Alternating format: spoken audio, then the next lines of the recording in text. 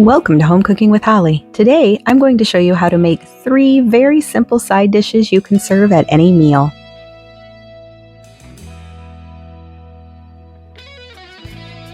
For the first easy side dish, now this is a really easy one I'm starting out with. You're going to take a can of your favorite brand of pork and beans.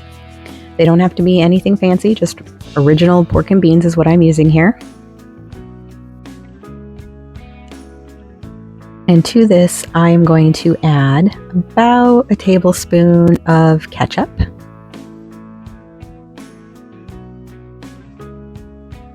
And then I want to add about half a teaspoon of mustard powder, or you could do about a teaspoon of mustard as well. And then I'm going to add in brown sugar. I would say probably a couple of tablespoons is what I'm using here. And you can adjust this to make it as sweet or savory as you'd like.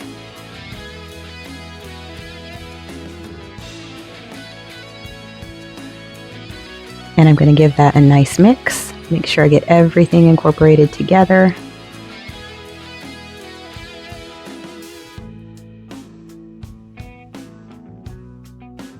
Now you could also cook this on the stove in a pot just until it's heated through on like a medium-low heat. But I'm doing the even easier way. You can see there's bits of bacon in here too. Those look delicious. But I'm doing the easier way, and I'm going to just pop this in the microwave for about 90 seconds. And that's all it takes.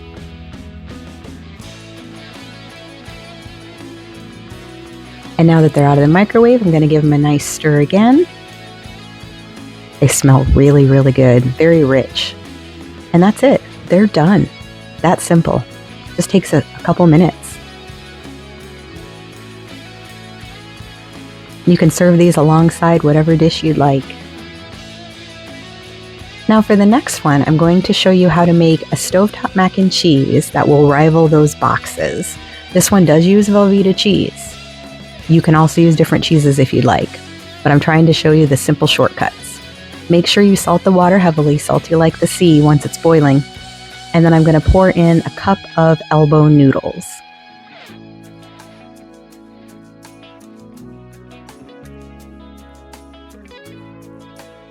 And then I want to give that a stir. I don't want the noodles to stick together. And I want to mix them around with that salt. Now I'm just going to let them boil until they are al dente, and you can follow the package directions, but be careful about that. Make sure you taste them along the way to make sure. They usually don't take the same amount of time it's recommended on the box. And you don't want them to get overly starchy or mushy tasting.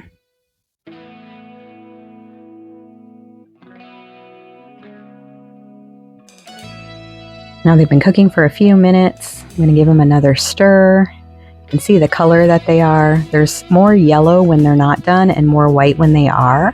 So I'm just going to give this a little taste just to see. And I want it to have a little bite to it, but to be soft. Al dente is kind of a soft, firm. Sounds weird, but it's very true. I'm going to let these cook another minute or two.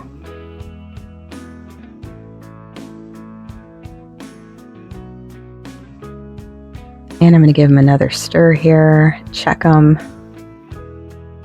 They look done to me. All right, so I've drained my noodles and I'm going to put them back into the pan. And now I'm going to turn it onto a very low heat. I just want a little heat to help me melt things. And I'm going to add 3 ounces of Velveeta cheese.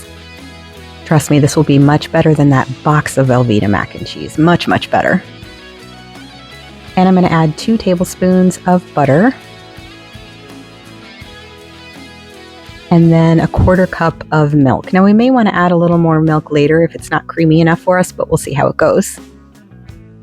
And I'm just going to break up that cheese and get everything started melting.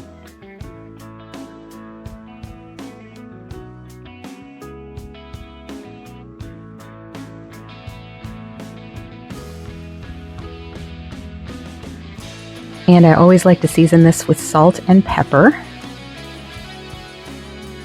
Even if I make boxed mac and cheese, I use salt and pepper. gotta season your food, definitely. It makes a world of difference to add salt and pepper to just about anything. And just make sure you keep stirring this and breaking up that cheese and that butter until everything gets melted together.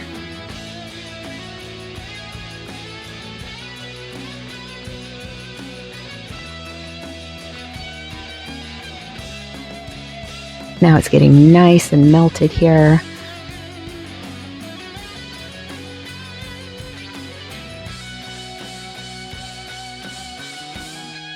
I think it might be a tiny bit thicker than I'd like it to be, so I am going to add in just a tiny little bit more milk, just a splash.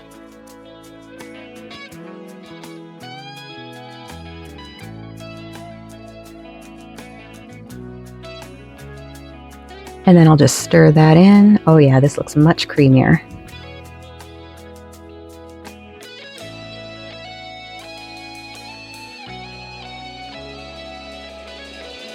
And it's done. It's ready to serve.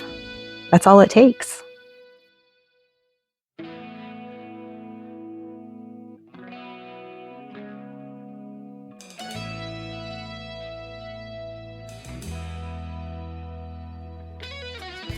And here I've served some up. You can see I have some green beans next to it here.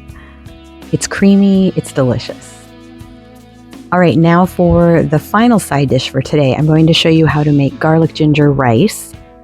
This also is quite simple. What you're going to do is melt 2 tablespoons of butter into a saucepan. And then I'm going to add in some ginger. You can use minced ginger, ginger paste like I'm using, or even mince up your own ginger. And I'm just adding about 1.5 teaspoons to 2 teaspoons of that. Then I'm going to add in some garlic. Again, I measure that with my heart, so probably 1/2 tablespoon. And I'm going to give that a nice stir and let it cook for just a minute or 2. There's nothing like the smell of garlic, ginger, and butter. I think the only thing that would make it better is if it had onion too. It just smells so good.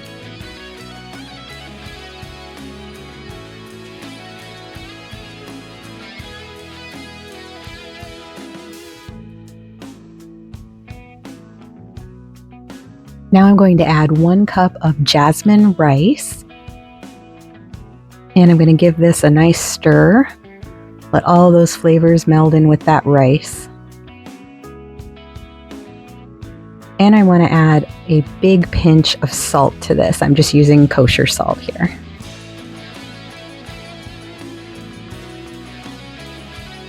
And I'm going to continue to stir that in.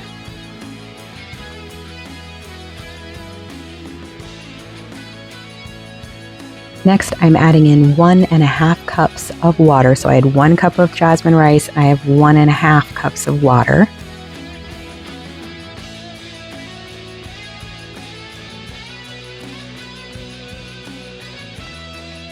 I'm going to stir that some more, and I want to bring it up to a boil. Here you can see it's boiling. Now I'm going to reduce the heat to a medium-low. Pop a lid on it and let it cook for about 15 minutes, stirring it occasionally. It's been a few minutes. I'm going to give it a stir.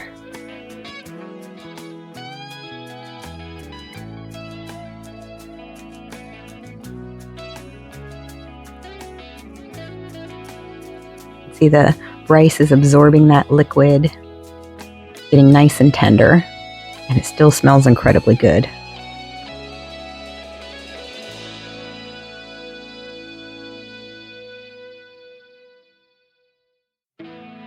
And now it's been 15 minutes. You can see that that liquid is gone. It's been absorbed. It smells so good. The rice is nice and tender. I am almost done with this. I'm going to do one more thing. I'm going to add a little flavoring and seasoning to it. So I'm going to add some salt and pepper just to taste. And then I'm going to add 1 more tablespoon of butter. So that's 3 total that I've used. 2 melted at the beginning and now 1 more tablespoon at the end. And I'm just going to stir that around, make sure I cover that butter up with the rice to help it melt.